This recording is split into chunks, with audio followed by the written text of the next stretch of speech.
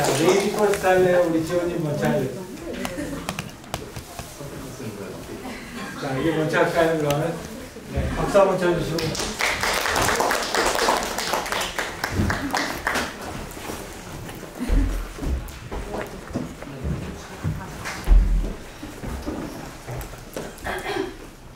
네. 이번에는 재도전이어서 예리님이 아니라 제가 나와봤고요. 저희는 A그룹이어서 다음 주까지 주제를 제출을 하는 팀이에요. 그래서 일단 주제 재선정을 하고 디벨롭을 하는 과정이 있습니다. 네, 저희 팀은 이제 실시간 생체 신호 기반으로 한 기립성 저혈압 낙상 예방 및 자율신경 이상 대응 서비스를 기획을 해보려고 주제를 재선정했고요. 관련해서 피드백을 많이 주시면 좋을 것 같습니다.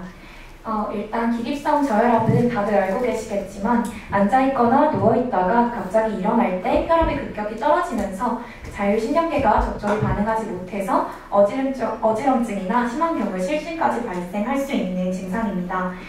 그래서 요즘 환자 수 추이를 보면 저혈압 환자 수는 계속해서 지속적으로 증가하는 추세에 있고요. 주요 발생군 같은 경우에는 환경성 요인, 질환성 요인, 기능성 요인 등 다양한 요인으로 인해서 사람마다 스펙트럼이 굉장히 넓고 그 때문에 의료적 진단이 어려운 경우도 많습니다. 그래서 실제 환자 수는 이러하지만 저희가 생각했을 때는 병원을 방문했을 때 스트레스성인 경우에는 그냥 정상이다라는 식의 이제 진단을 받아서 그러한 제대로 된 치료를 받지 못하고 방치되는 경우가 굉장히 많다고 생각을 했고 이 경우에는 나중에 증상이 발생했을 때 사후적으로 대처가 되는 경우가 많기 때문에 그런 낙상 같은 큰 부상으로 이어질 경우에 위험성이 크다고 생각해서 저희는 이 서비스에 대한 언매니지가 있을 것이다 라고 생각을 했습니다. 그 서비스 필요성에 대해서 조금 더 들여다보면 낙상 같은 경우에 직접적으로 심각한 2차 부상으로 이어질 수 있다는 점에서 위험이 있고요. 저희가 IDI나 실제 팀원들의 사례를 바탕으로 분석을 해보았을 때 다이어트 중에 반복되는 어지럼증을 무시하자 실신 후에 과거에 머리를 부딪힐 뻔했던 경험이나 갑작스러운 실신으로 찰과상을 겪었던 경험, 그리고 갑자기 일어섰을 때 시야가 뿌얘지면서 이제 넘어질 뻔해서 주저앉게 된 경험들을 겪었던 사례가 다수 있었습니다. 그래서 질병 이전 단계에서도 일상에 위협을 주면서 방치 시에 심각한 사고로 이어질 수 있다는 점에서 위험성이 크다고 생각을 했습니다. 이 때문에 저희 팀은 1차적으로는 10대, 20대의 다이어트나 스트레스, 카페인 과다 섭취 등으로 인해서 자율신경 불균형의 빈도가 높은 많은 체형의 여성을 1차 타겟으로 선정을 했고요. 2차 타겟의 경우에는 이러한 기립성 저혈압을 겪는 직장인, 수험생, 그리고 고위험 직업군 등 회색지대에 속한, 그래서 내원을 해서 치료를 받아야 할 정도는 아니지만 얼마든지 이러한 증상을 겪고 있어서 정상이라는 이제 말을 듣지만 뭔가 그 이후에 사후적으로 약을 먹어야 하고 직접적으로 대처를 하기는 어려운 사람들을 주요 타겟으로 꼽아보았습니다. 이렇게 된다면 저희 프로젝트는 기립성 저혈압이나 자율신경 이상을 포괄하면서 그런 낙상 예방을 일단 1차적으로 예측해서 위험을 막는 것이 첫 번째 목표가 될 것이고 그 이후에는 생활 코칭이나 자가진단 등이 가능하게 하는 생활 밀착형 서비스가 될 수 있을 것이라고 생각을 합니다. 그리고 저희가 추가적으로 해당 서비스의 원가 허를 조금 더 디벨롭 해보았는데요. 핵심 기능으로는 말씀드린 것처럼 실시간 예측 및 경고 시스템이 있을 것 같아요. 그래서 AI 예측 모델을 통해서 웨어러블 기기 등과 연동을 해서 혈압을 재고 어지럼증 가능성 등을 예측해서 경고 알림을 주는 형태를 일단 구상을 하고 있고 그 외에 뭔가 실신을 했을 때에는 병원과의 연계를 하는 방안도 구상을 하고 있습니다. 그 외에는 이제 어쨌든 저희는 원인을 없애는 것도 중요하지만 당장에 나타날 큰 부상을 막는 게 가장 중요하다고 생각을 해서 이러한 것들을 핵심 기능으로 생각을 했고 부가적으로는 데이터를 기반으로 한 생활 개선 및 자가 관리를 서비스의 이제 부가 기능으로 생각을 하고 있습니다. 그리고 기존에 있던 삼성헬스 같은 기존 서비스와도 비교를 해보았을 때 혈압을 측정하는 정도의 단발성이 수동 측정 중심이었고 연속적인 어떤 생체 신호를 기반으로 예측하고 이 서비스에 핏하게 알려주는 행동 가이드나 사전 알림 서비스는 없다라는 생각이 들어서 저희 서비스가 조금 유의미하지 않을까라는 생각이 들었고 그런 시나리오 대응에도 조금 더 집중을 한 이후에 코칭까지 제공하는 서비스가 될 수 있을 것이다 라고 생각을 했습니다. 그 이후에 이제 실현 가능성에 대해서도 점검을 해보았을 때 스마트 기기나 예측 AI 모델 등이 있어서 저희가 생각을 했을 때는 피저빌리티도 어느 정도 있을 것이라고 생각이 들었고 그 외에도 세브란스와 협업했던 원닥터라는 서비스 같은 경우에는 서비스가 종료되었는데 이제 과거에는 내원 환자 같은 경우만 사용할 수 있도록 설계가 되었어서 저희는 조금 더 포괄적인 서비스 이제 지원을 할 수 있다라는 측면에서도 차별점이 있을 것이다라고 생각을 했습니다. 감사합니다. 네, 자, 질문, 코멘트. 연규님 먼저 우리 정민님이 뭐 질문하면 되게 무섭던데. 네, 일단은 발표 너무 잘 들었고요. 그 파워포인트를 너무 잘 찍어주셔서 좋게 봤는데 일단 여쭤보고 싶은 게 그 전장에 한 번만 가주시면 주요 타겟을 1차, 2차 타겟을 이제 마른 체형 여성, 그 다음에 회색지대에 있는 분들이라고 아까 말씀을 해주셨는데 왜 타겟이 여성으로 돼 있는 건지, 그리고 예를 들어서 뭐 기존에 있던 연구 결과 중에 유의미한 비율로 여성이 남성보다 높았는지 그런 논리가 조금 저는 이해가 안 돼서 그거를 좀 보충 설명해 주시면 감사하겠습니다. 일단 저희가 생각했을 때 그 스트레스나 좀 과도한 체중 감량을 할 때 특히나 이제 자율신경에 좀 이상이 생긴다라는 좀 자료를 보게 되었고 그런 과정에서 발현이 되는 게 기립성 저혈압이다라고 저희 팀 내부적으로 분석을 했습니다. 그래서 여러 가지 사회문화적 요인, 다이어트 열풍 같은 것들이 있을 것이다라고 생각을 했고 그래서 대표적인 기립성 저혈압 집단이면서도 이제 정상이라는 말을 듣고 방치되는 것이 1020 여성이다라는 결론에 이르러서 1차 타겟을 이런 식으로 설정을 하였고 그래서 분포가 저희는 가장 좀 집중적이다라고 보아서 이렇게 설정을 하였고 2차 타겟 같은 경우에는 분포 자체는 1차보다는 낮지만 어떤 극한의 스트레스 등으로 기립성 저혈압이 발현될 수 있는 가능지대에 있는 사람들을 모두 좀 포괄하고자 했던 것 같습니다. 추가적으로 여성의 신체가 아무래도 PMS 관련 이런 몸이 특히 약해지는 빈혈 증상이 좀 심해지는 시기도 있는 경우가 많다 보니까 일반적으로 그런 몸 신체 구조상 남성보다 여성이 이런 증상이 취약한 것으로 알고 있습니다. 네, 저는 두 가지 질문을 드리고 싶은데 첫 번째는 이제 기립성 저혈압 같은 경우에 겪어보신 분들은 대부분 아시겠지만 15초 이내에 일어납니다. 그래서 신호가 가는 게 의미가 없습니다. 이미 삐빅하는 순간 정신이 나가기 때문에 그 낙상 예방이라는 효과에 대해서 개인적으로 약간 질문을 드리고 싶고요. 이미 발생했는데 그게 무슨 의미가 있는지 잘 모르겠어서.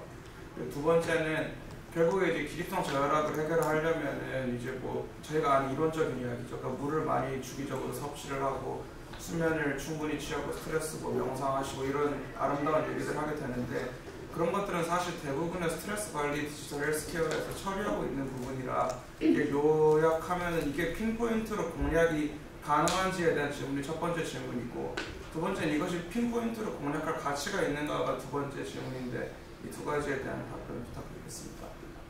네, 첫 번째로 시간을 좀 가져도 돼. 감사합니다. 그래서 웨어러블 기기 중심의 서비스를 설계를 했는데 예를 들어 그 짧은 시간 안에라도 사용자가 반복이 되면 진동이 울렸을 때 주저앉는다 혹은 눕는다 아니면 그때 즉시 보호자나 병원으로 연락이 간다 라는 정도의 그 자동적인 시스템이 만들어지면 충분히 실질적인 도움을 제공할 수 있을 것이라고 생각을 했고요. 일단 그리고 좀 추가적으로 저희는 이제 재선정을 하는 과정에서 언매니즈에 대해서 좀 가장 먼저 크게 생각을 했습니다.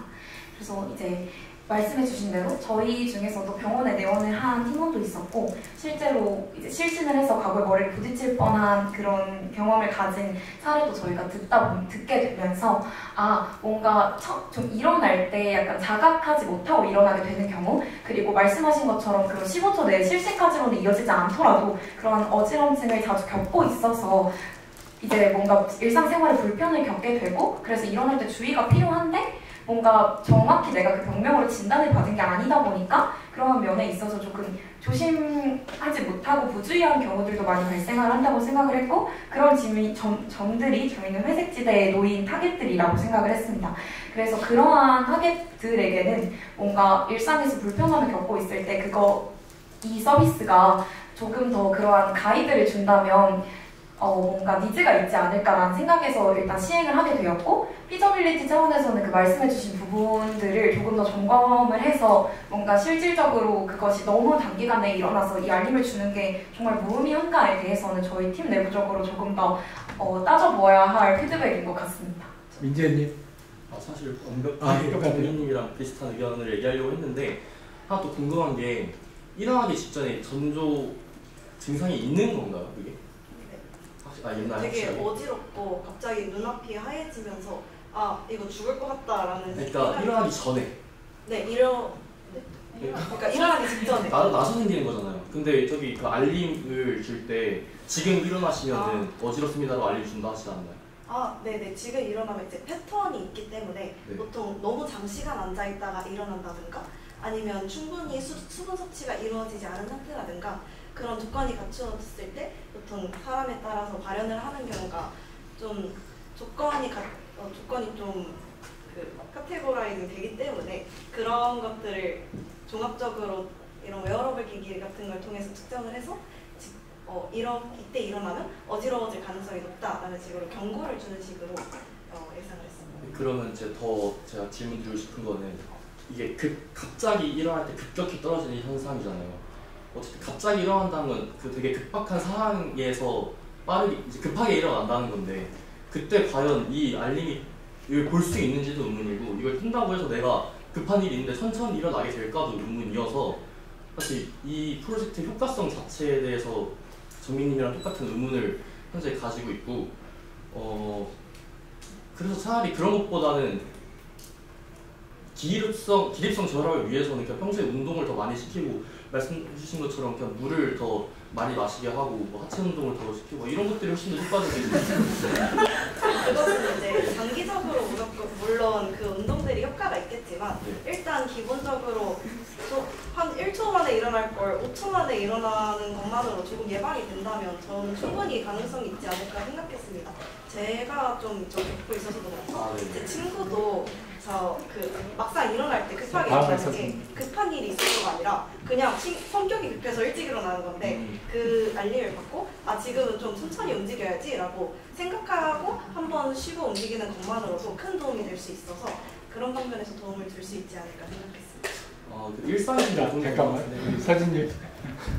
제가 오늘 아침에 기립성 저혈압으로 해서 손가락을 다쳐서 지금 주제를 놓을 수 있는데 기립성 저혈압이 있음을 인지를 항상 하고 있고 일어나는 지금 이게 이해가 안 가는 부분이 일어나는 그 순간에 이 기기가 일어난다는 걸 감지를 해서 나에게 PPP 알림을 준다고 해도 나는 그 동작 중에 이미 감지가 될 만한 동작을 했으면 난 이미 일어난 상태일 텐데 그 알림이 왔을 때쯤에 그 기립성 저혈압을 보신 적 있다고 하니까 아시겠지만 이미 눈앞이 깜깜해서 이제 나는 뭘 잡아야 될지 모르겠고 이미 정신 차려만 꼬꾸라져 있고 그런 상태인데 그거에서 알림을 뭔가 의식 가능한 삐삐삐 알림이 난다고 해서 저는 확실한 건 나아질 것 같지 않거든요. 뭔가 잡아주지 않는 이상.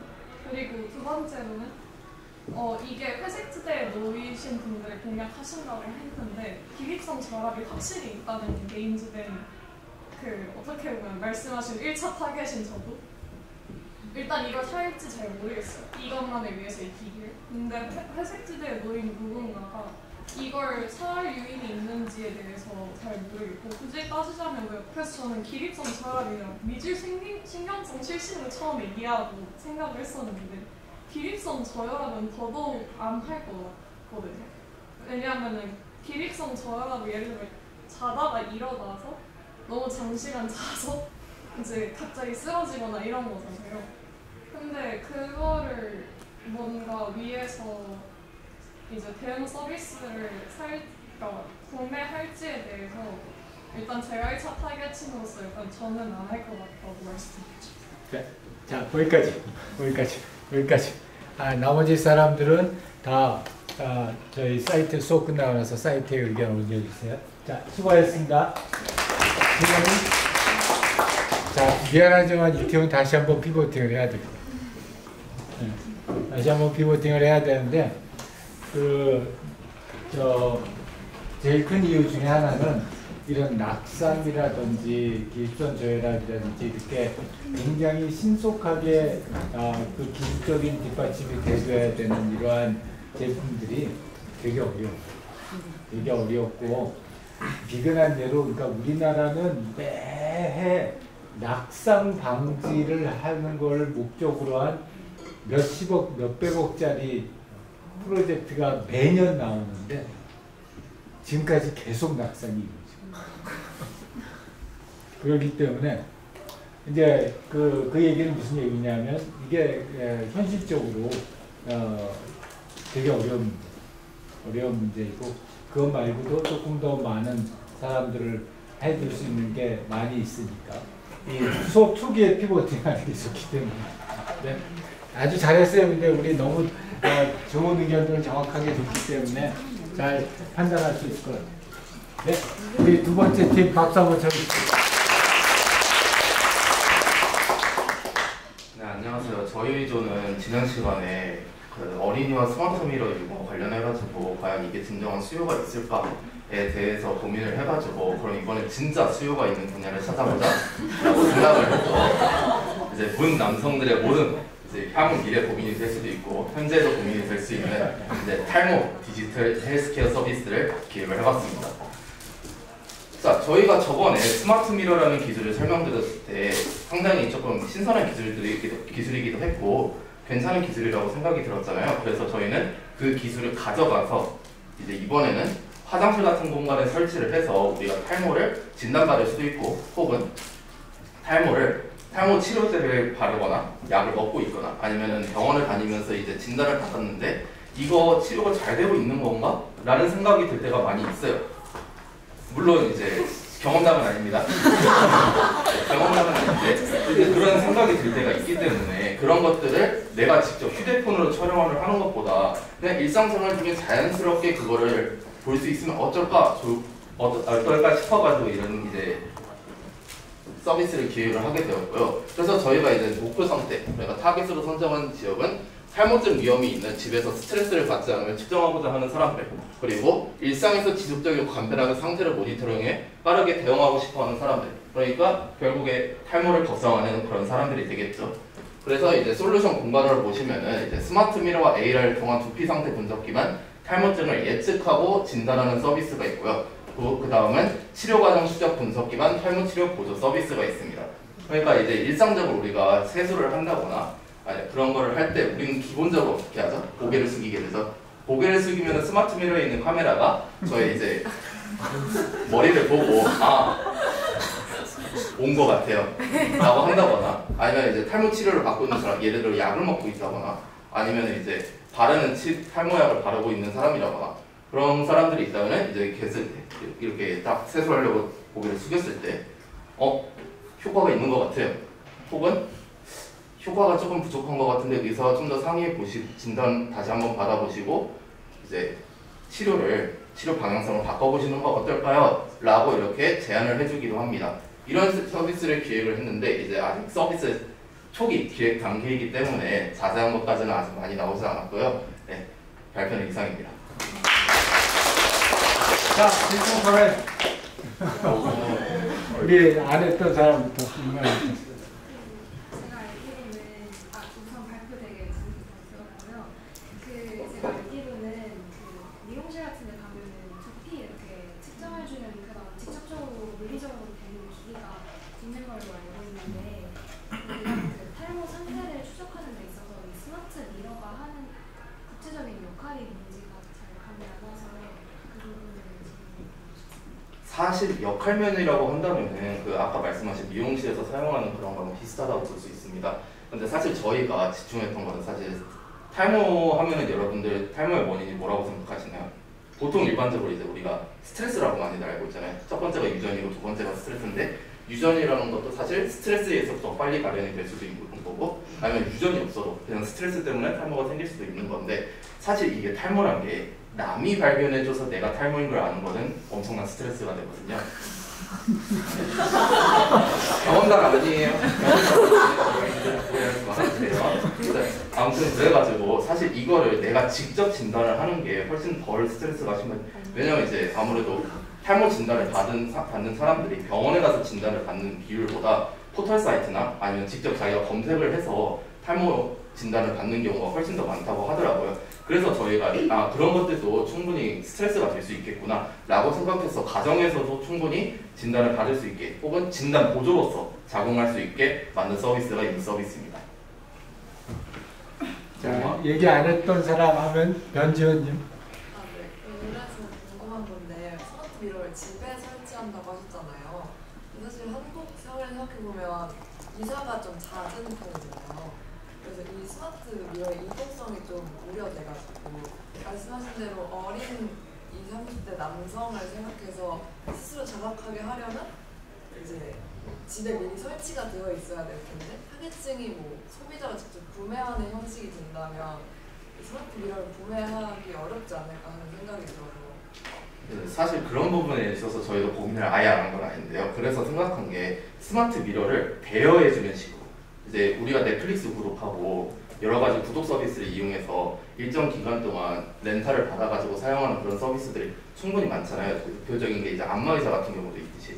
그래서 이런 스마트 미러 서비스도 이제 구독을 한다면은 한 달, 두 달 이런 식으로 가정에 설치가 돼가지고 떼었다 붙였다가 탈부착이 자유롭게 할 수 있는 그런 서비스가 되면은 좋지 않을까라고 기획을 했습니다. 그리고 사실 진단보다도 이 향후 치료과정 추적 서비스가 저희 헬스케어 서비스의 이제 메인 타겟이기도 하고요.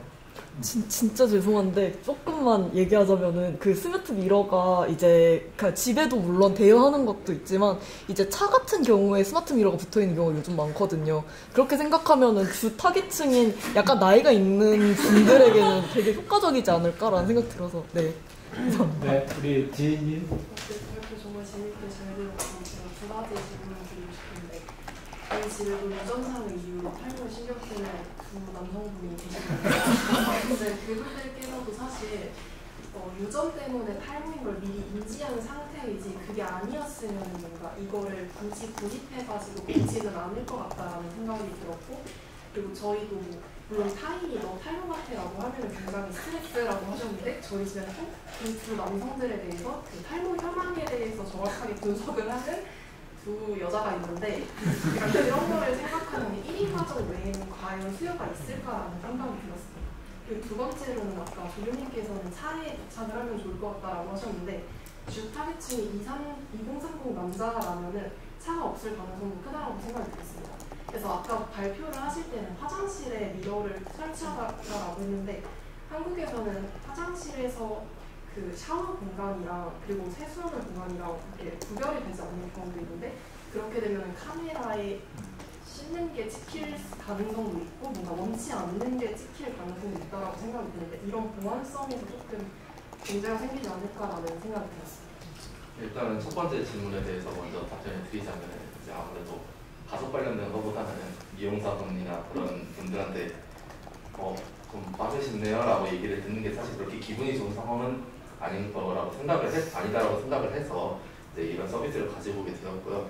그리고 사실 진단이란 아까도 말씀드렸지만 저희의 메인 목적은 진단의 목적이 있다기보다는 이제 치료 과정에서 탈모약이 아무래도 부작용도 많고 이제 문제점도 어느 정도 있고 이제 다양한 천차만별 완치가 불가능한 질병이다 보니까 이제 계속해서 탈모 치료제를 비싼 돈 주고 사서 먹고 있는데 머리는 계속 빠지고 그러면 사실 그거에 대한 스트레스도 만만치 않을 거 아니에요. 그래서 이제 치료 과정을 추적을 하면은 이 약이 나랑 맞지 않는구나 라고 생각을 하면서 약을 변경할 수도 있고 아니면 의사한테 다른 치료 방향을 권유받을 수도 있고 이런 식으로 진행이 가능하지 않을까 라고 생각해서 치료 보조 서비스가 저희 메인 주 기획 타겟이었고요.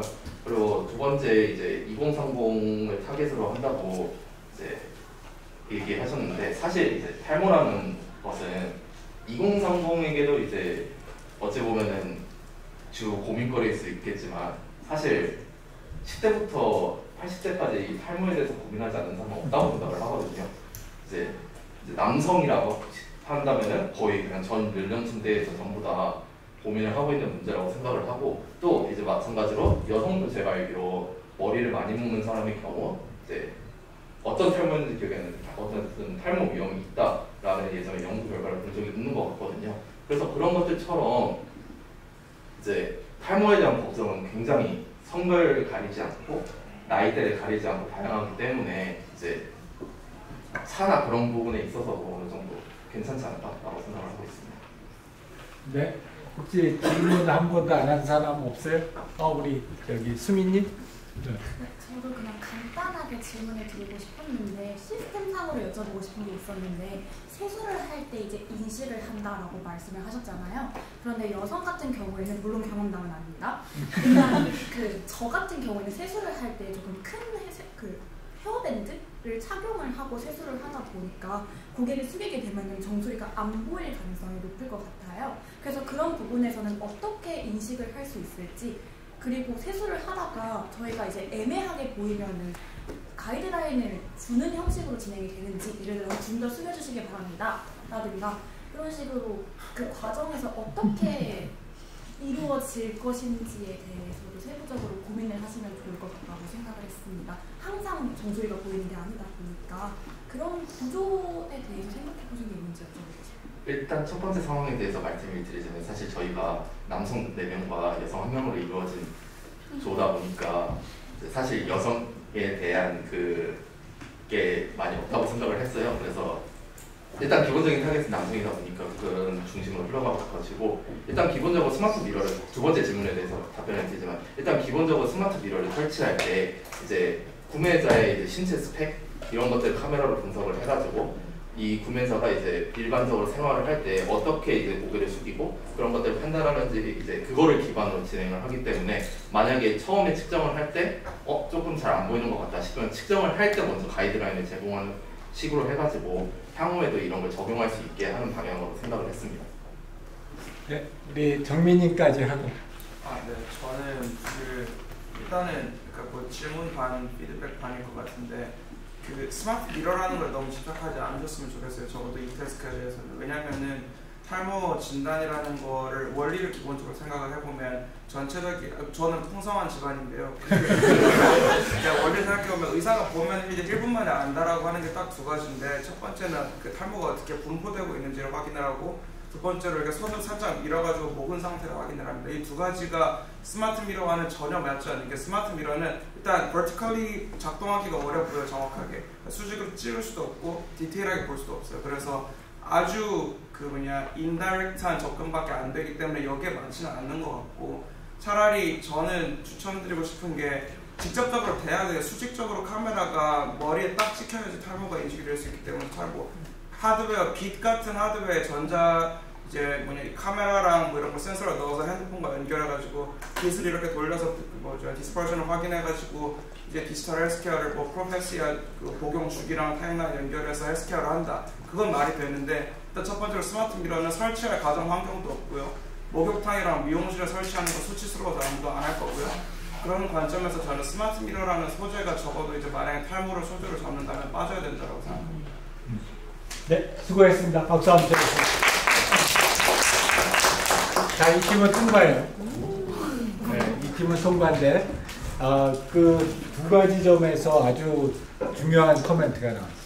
그게 우리 지인님 하고 정민님 두 가지 코멘트가 나는 굉장히 근데 일단 이 만인의 흥미를 갖다가 이 발휘하는 이 탑픽의 중요성으로 봐서 탑픽의 중요성은 굉장히 중요하다 싶어서 그래서 통과. 그런데 그 두 가지 포인트가 나는 굉장히 중요하다고 생각하는데 첫 번째는 마침 우리가 지난주에 신뢰성에 대해서 얘기를 했는데 그 사람들이 정보기기를 넣기를 가장 싫어하는 장소 중에 하나가 화장실입니다. 근데 이제 그 화장실에서 찍혔을 때 본인이 진짜 찍히기 싫은 그런 점들이 찍히는 점이 화장실이기 때문에 그래서 그런 점에서 우리 지난주 신뢰성과 굉장히 잘 연관된 그 중요한 포인트 중에 하나이고 정민님 말씀하신 것처럼 솔브 하려고 하는 문제에 포커스를 해야지 그 디바이스에 포커스를 하게 됩니다. 스마트 미러에 집착을 계속 하게 되면은 계속해가지고 그 문제점이 발생을 할 거예요. 우리 지난주에도 사실 그 피보팅을 하라고 말씀드렸던 게 제일 발표 시작하는 첫 말이 뭐였냐면 스마트 미러가 좋은 테크놀로지인 것 같은데 우리가 이걸 어떻게 사용할까 생각해봤더니 이런 게 있습니다. 이렇게 나왔었거든요. 그러니까 그런 그 생각의 흐름이 아니라는 거예요. 사람들이 이걸 굉장히 걱정하는, 난 아까 제일